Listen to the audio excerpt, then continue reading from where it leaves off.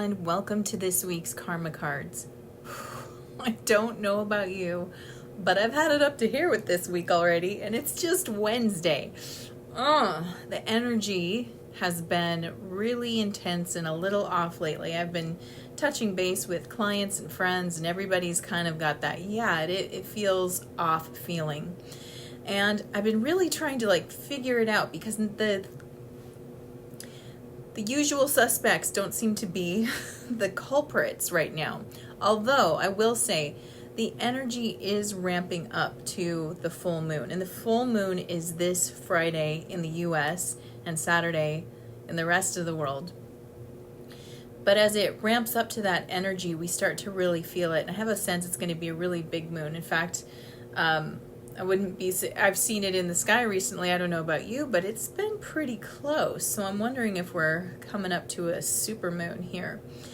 And we're also ramping up to that midpoint of summer where a very beautiful energy occurs, where the Lion's Gate opens on 8/8.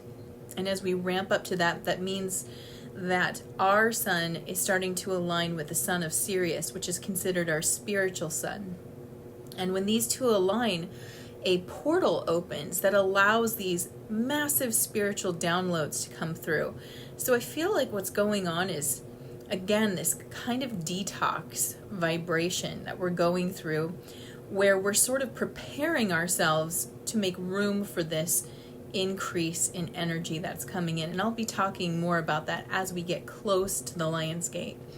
But speaking of this full moon, it is such a beautiful energy. It's an Aquarius full moon, and we are having we have a couple planets that are in Aquarius. Jupiter was in Aquarius, it's moved into Pisces, but it will be starting to travel back into Aquarius, which will increase this energy. So whenever we're hitting these Aquarian points, it's a kind of a reminder or an intensifier of this feeling of the Aquarian age, which is the new age that has started. So this age is all about visionary, forward, future thinking. It's all about humanity. Aquarius is the humanitarian. And I was trying to think about some of the negative qualities, because we might be feeling those as well. And one of the negative qualities is to be so stuck in your mind that you're disconnected from the rest of yourself. You're just you're way into the deep thinking processes. Now Aquarius rather represents the higher mind. So we are thinking about more philosophical or bigger picture issues, but still being stuck in the mind is not a fun place to stay. It's okay for a visit, but we try to integrate into other parts of our lives so that we feel more full and balanced. And so we're going to be working on that at the next full moon spirit circle, which is coming up on Friday, July 23rd. If you want to join us, there's a link right here, and you'll also find it in the description. And you can join us for the next upcoming spirit circle, where we'll go through a whole process where we get into cosmic alignment. We help ourselves detox some of the lower vibrations so we can get into our higher levels of manifestation by doing release work. And then of course we have psychic Q&A at the end. So if that sounds like something you'd like to do, join us at the link right here. So when I was asking the team today about what the message was going to be, I'll tell you what, I was definitely in my head all day long. I was up there thinking about it, trying to plan ahead what's going to come, because sometimes I get these message downloads so strong that I'm like, oh, I know what I'm going to do. But today was a little different, and maybe I was stuck up in my mind, just overthinking things. And when I sat and I rested for a moment, I centered myself, the only word that came out was play. And of course my brain was like, what? Like, play? That's all you're going to give me? Yeah. And right as I said that, a little notification appeared, and that's them going, yep, that's all we're going to give you. That's all they said. So I got to thinking about this, about what they mean by play. And to do this, I have to access little Therese in here. And what she tells me is that when we're playing, right? When we're playing, we can play very seriously. Like I remember playing house or playing, I loved playing house. I loved having my own home, but I like play store and things like that. And I was very serious. I had rules. There were things I wanted to have happen. I knew the layout. Like I took it very seriously, but I wasn't attached to an outcome. And I think that's when I ask my team, is that what you're talking about? And they're like, yeah, stop taking life so seriously. Stop being attached to outcomes. When we're playing, we're just present. We're allowing things to happen. Now, this might sound contradictory to the information I've been talking about in the last few karma cards, where I'm saying choose on purpose, be decisive, decide you're going to win, right? Make a conscious thought in your head about what you want and accept nothing less. And I stand by this, but a part of creation is to play, right? And so play, I want you to think about this. When was the last time you let yourself play?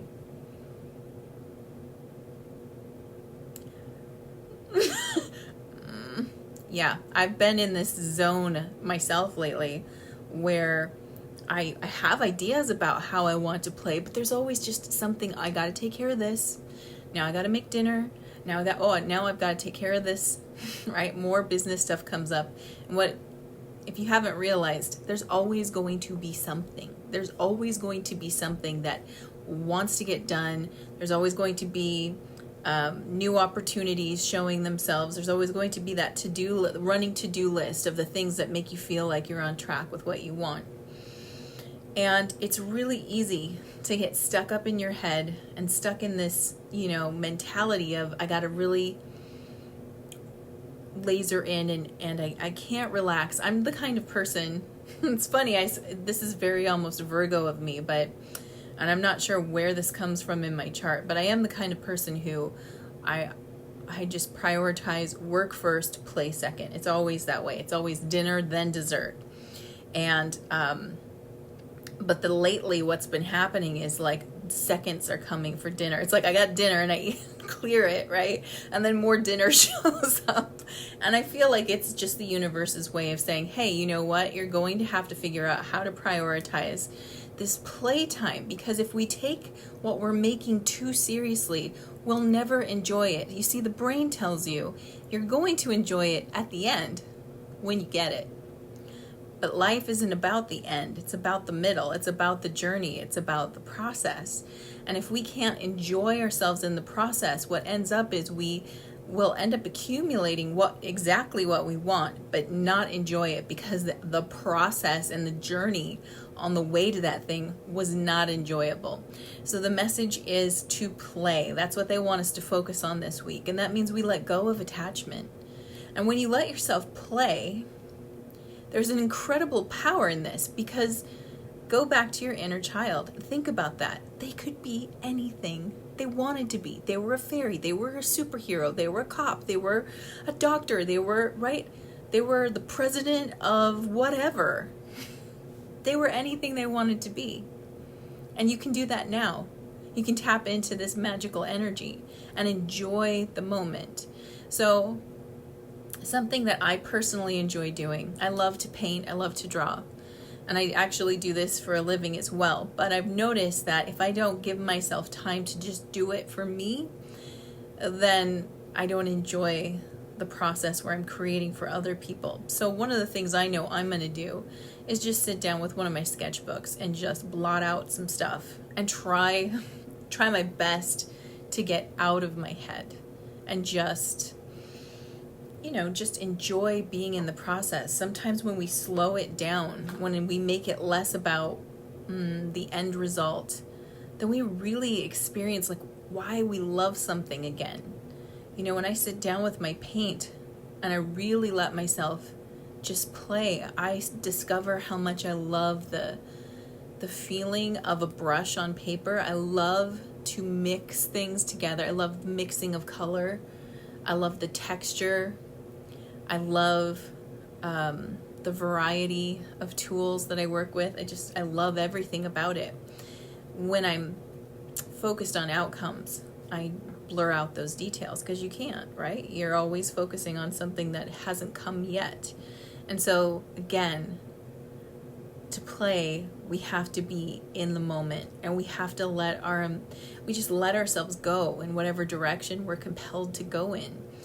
And we don't worry about how it's going to turn out. And the more that we do that, the more inspiration comes to us, the more the ideas come to us, the more the ahas and what needs to be healed or understood can come to us by doing that work. So our goal this week is to really get in touch with play and process. All right, let's get into karma cards. So for those who are new to karma cards, let me quickly show you how this works. I have 3 decks, the planets, signs of the zodiac, and the houses of astrology. And I've already asked my team, what is the message for us this week? And they've given me the answer in 2 sets, in action-related answers and outcome-related answers. And all you do is tune in intuitively and feel, what do you need this week? Do you need to know what actions to take next? Or do you want to know how things are going to flow this week? And of course, if you want both, you can always have both. While you're tuning in, let me tell you the timing for this reading. This is for July 21st through July 28th, 2021. And let's talk about the flavor of this reading. We've got Mars, which is the action-related planet here. So you know there's going to be this desire or an impulse to act. But it's in Pisces, which is a much soothing, more softer, more dreamy. This would be the playful card right here. Definitely access to the imagination. In the 11th house, which is ruled by Aquarius. So again, remember the hearkening of all this Aquarian age. And this is the house of friendship, wishes, society, and humanity. So for those who are choosing action, your spiritual action is to energize your dreams for humanity's sake. So dreams, imagination, playtime, you can see how they're all connected. I definitely feel like this is connected to what the team said earlier, and they were just like, play. Don't take things so seriously. Put energy into your imagination. Allow yourself to dream while awake. That's what playtime is, I feel. It's dreaming while awake. So, and this does help us.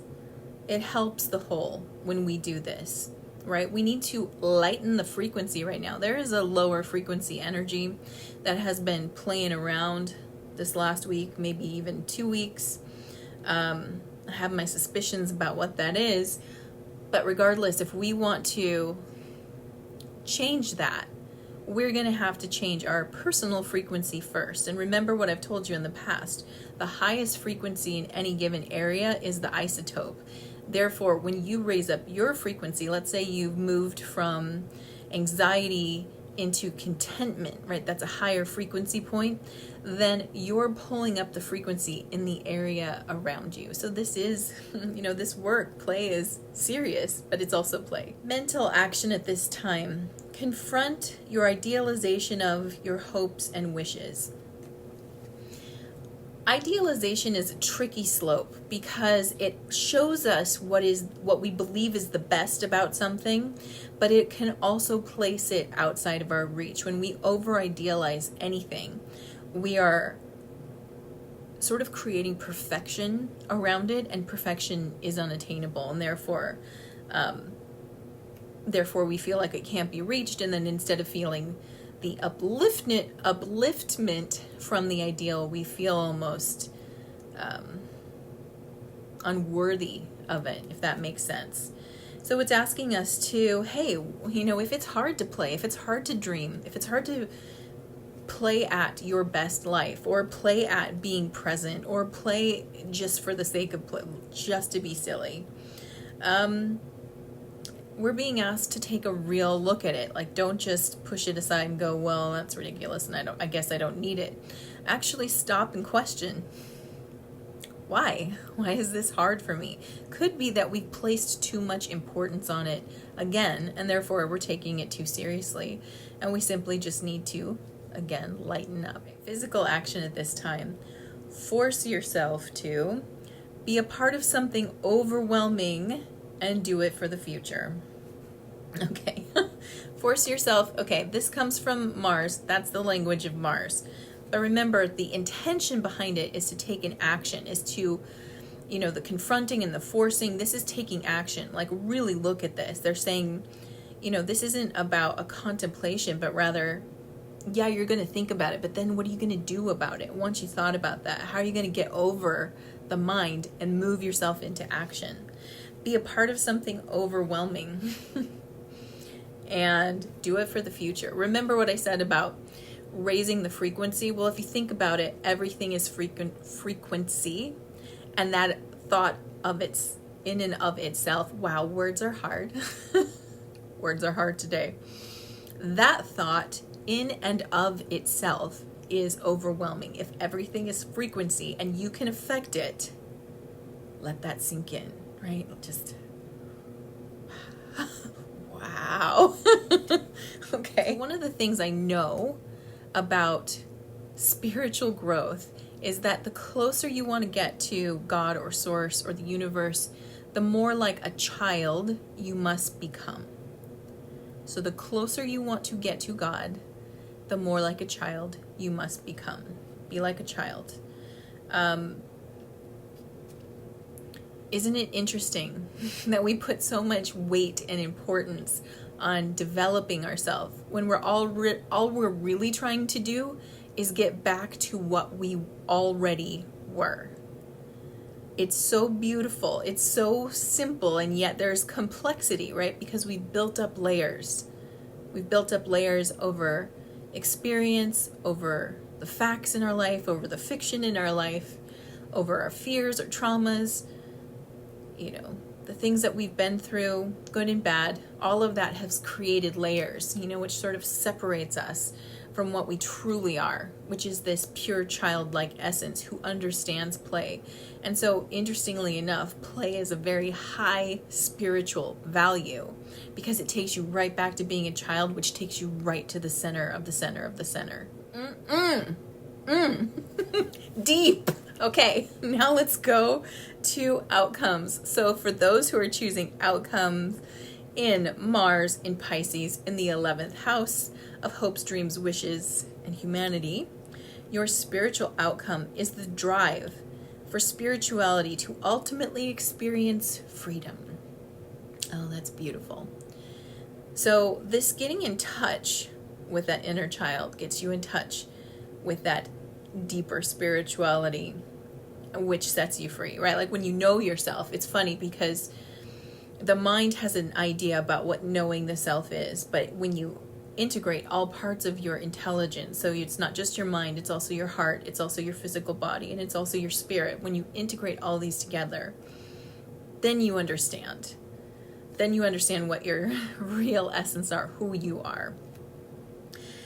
So just a taste of it, they're saying, will create the drive for more. Once you let yourself have it, you're going to want more. And that's going to create this sense of freedom. Like all that work, all those layers get to drop away, and you get to be more fully who you truly are. Mental outcome at this time, the confronting of trusting your psychic knowledge of associations. That's a weird one. Okay. The confronting of, right? So we're going to face it. Trusting your psychic knowledge, that deep intuition, that gut feeling of association. So associations, it's interesting because one definition is like who you know, but I feel like the associations are more abstract that they're talking about here.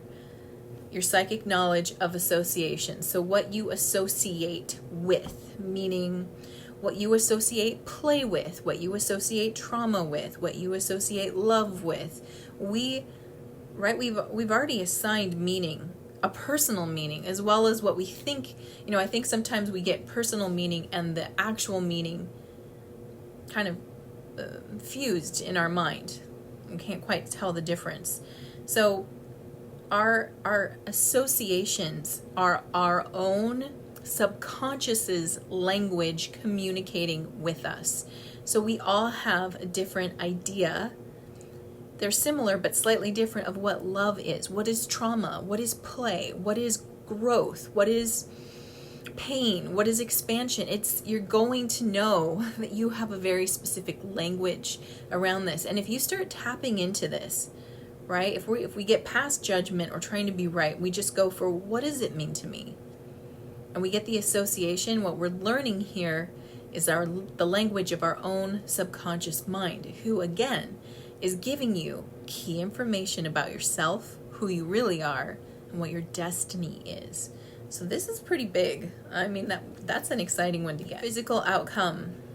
Action resulting from the indecision of or about your circle of friends. Action resulting from the indecision of or about your circle of friends. So this is interesting because with the fifth house, the 11th house. Just the words are so hard today. Please, anybody else, comment below. Words are hard. Okay, let's try this again.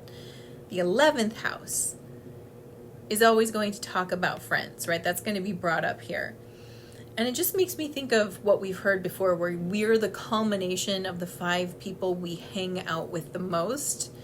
So during a detox period, which we're in because we're in this really big retrograde window with all the planets. Remember, we're still in the spiritual cleanup window.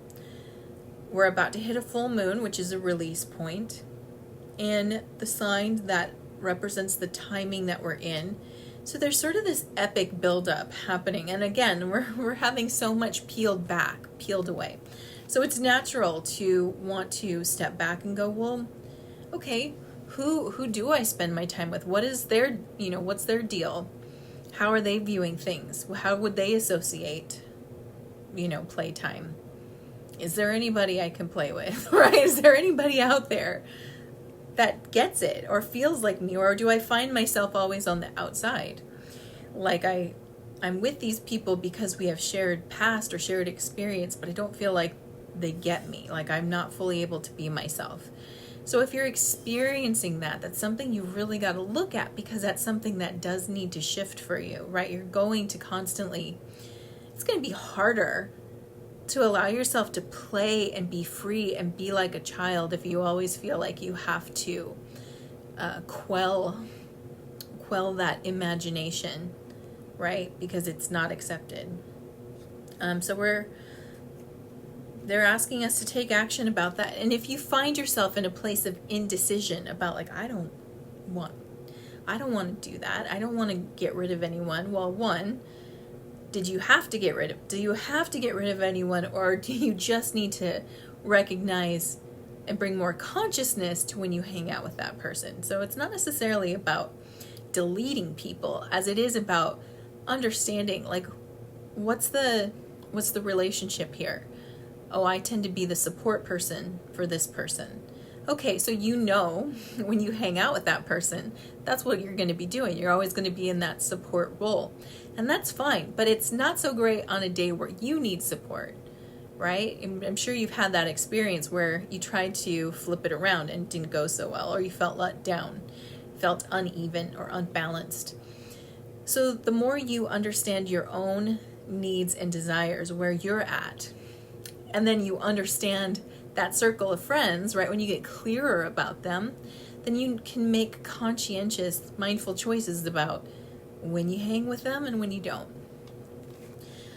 But they're saying that part of this phase right now is sort of this indecisiveness, which is when the actions that we can take are to have the conversation. Like, what are your associations with trauma or imagination? Like, what would you, if your inner child was playing right now, what would they play? Find out, right? Have these conversations, get to know them more, and get clarity on the role that they play in your life and the role that you play in theirs. Because once we have that understanding, we're just better friends, right? We get it. We understand, like, where I'm here to bring levity and joy and lighten you up, and you're here to open my eyes, bring awareness, help me confront the things that I'm afraid to confront on my own. These are beautiful traits. Both of those are very beautiful traits. But if we're expecting all of that from one person, or we just expect ourselves to be that to everyone, and then expect that from the same person, then we actually don't know who our friends are. We're not really getting to understand them. When we can understand like what their strengths are and what, you know, together you create what, then it's beautiful. Then you stop, you know, you stop leaning on them for everything, and you start appreciating their strengths and recognizing your value to them. Oh, so with that, man, this was a hard one to do today. My mouth is... I'm trying to play.